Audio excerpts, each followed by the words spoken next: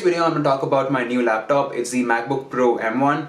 A lot of you were asking in the last video what laptop it is and can you describe it a bit. It's got the new M1 processor. For people who don't know what the M1 processor is, the old generation of MacBooks used to use the Intel processor. The new one uses the M1 processor. M1 is the same chip that's present in the iPhones, and that's the reason why this is so snappy and fast. It's as fast as an iPhone. I'll just give you a quick overview about the different features it has and things that I like about it. Now, I'm not a very hardcore tech person, so hardware वगैरह के बारे में I don't know a lot. So I'll just tell you about my opinion from the perspective of a very normal, average student. So as you can see, this is how it looks like. It's got a Retina display, and then you have this touch bar. In my earlier MacBook Air, there was no touch bar. This touch bar is pretty cool. I'll show you its functionality later. Then there is this magic keyboard. It's very sturdy. That's the great part about it. And then this is the touch pad, which is huge, and it's pretty smooth, pretty snappy. And then this is the thickness. And if you're wondering about the speakers, it's present on these sides. These are stereo speakers. And this is how it looks from the back and from the bottom. It's pretty light. It's 1.4 kgs, which is as much as the MacBook Air. Apple ki website mein you get something called the student discount. I got a discount of almost 20,000 on this. This is the 512 gigabyte version, and 8GB. It's got 8GB of RAM. I bought it for 1.3 lakhs, and I think it was a good deal because I was able to save quite a bit of money because of the student discount. So if you want to buy a new Apple product, then go to the Apple website, and at the bottom it will say Apple for Education. Click on it and you'll get a student discount of like 10,000 or 20,000. Let's talk about a few of the features. The first one is the touch bar. Touch bar is super useful. It has, every time you visit a new website, it tells you what to do next. Like on YouTube, you can go to any of the YouTube duration. If you're on Photoshop, you can choose different colors using it. And if you're on, say, if you're typing, then it has autocorrect. तो जैसे phone पे जब type करते हो तो you see those autocorrect options at the top. You can do something similar to that, and yeah, it's pretty cool. It's a very multifunctional touch bar. Helps you stay more productive. The display is pretty awesome. It's got a 2K display, and then if you want to connect an external monitor, you can connect an external monitor of up to 6K, which is pretty cool. It's got 227 pixels per inch, which is also great. So I just went on YouTube and played a 4K video. This is how it looks like on the new Mac.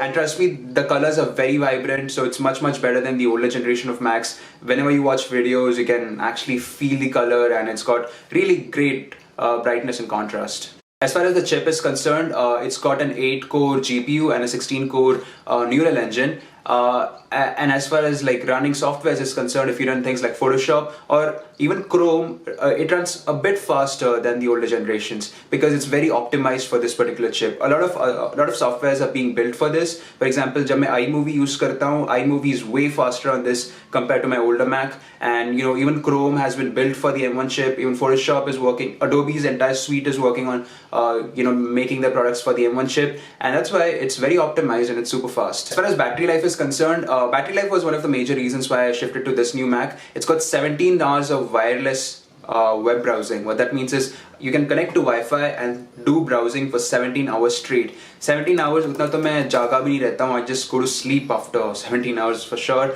And in my older Mac, I was getting a battery life of around 8 hours, 6 to 8 hours, because it was getting old and the battery was also kind of draining. And yeah, battery life is pretty good. So if you're someone who travels a lot, if you're someone who doesn't like to keep the charger attached to the laptop, then it's got a quite good battery life. Go for it. You can run a lot of softwares as well while doing stuff, and I edit a lot of videos, but the battery life doesn't seem to give up. Also, it's got a 3-way microphone. So what that means is 3 people can talk and it will capture all their 3 voices with the same level of intensity. So ek yahan pe, ek yahan pe, ek yahan pe. If all of they talk, then it can capture all these 3 voices. Good for interviews and things like that.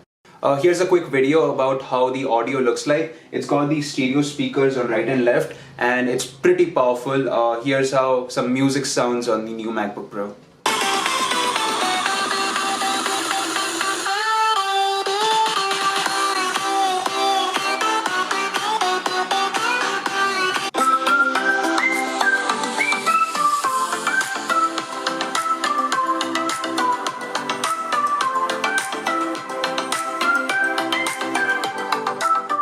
Okay, coming back to another important feature is its Wi-Fi. It works on the Wi-Fi 6 technology, and in my older MacBook Air, when I used to sit here, I like Wi-Fi का range नहीं आता था. It used to take a lot of time, and Wi-Fi wasn't as fast. I used to get speeds of around 24 Mbps over here. I'm sitting at the same distance from the Wi-Fi router, and I'm getting speeds of 50 Mbps, almost twice of it. So I'm not sure if this has better receivers or how it works, but this has a better Wi-Fi technology for sure.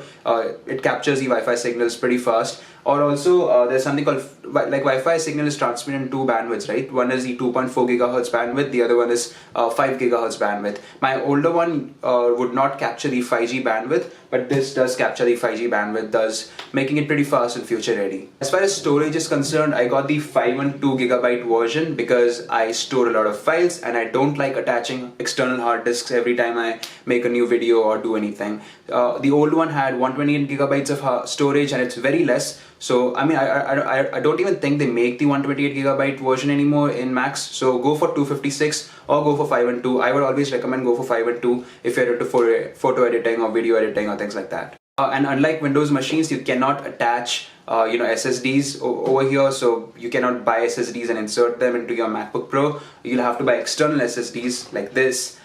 So I would say if you're going for a high storage, then always think through it. If you think you'll need more files, then go for the 512 gigabyte. Or if you have more files, go for the 1 or 2 TB ones. I love the keyboard. I like the sound of the keyboard. It's just so fast. It helps me type faster, and it feels really nice. So I think it's called the Magic Keyboard, and it's pretty cool. It's much better than my old MacBook Air's keyboard. Yeah, that's pretty much it, guys. So in summarizing it, it's a very powerful machine. It's really cool. I like the touchpad. I like the speed. I like the performance. And even though it just has 8 GB of RAM, it's pretty optimized for whatever work it does. Now you might think that it's quite expensive, but I feel that during certain times you have to spend money to save time. Like the amount of return on investment I can get on this beast is just insane, right? I can do so much of my work over here, and the return on that, I can edit videos faster, I can work on my projects faster, I can do video calls and things like that much faster without worrying about battery life and performance. And I think that's something that makes me feel it's worth it. And given this price point for this beast, I would say if you have the budget, then go for it. And if you're not into gaming, this is like one of the best machines out there. That's pretty much it, guys. That's my review of the MacBook Pro M1 chip. And I'll see you in the next one. Bye. Take care.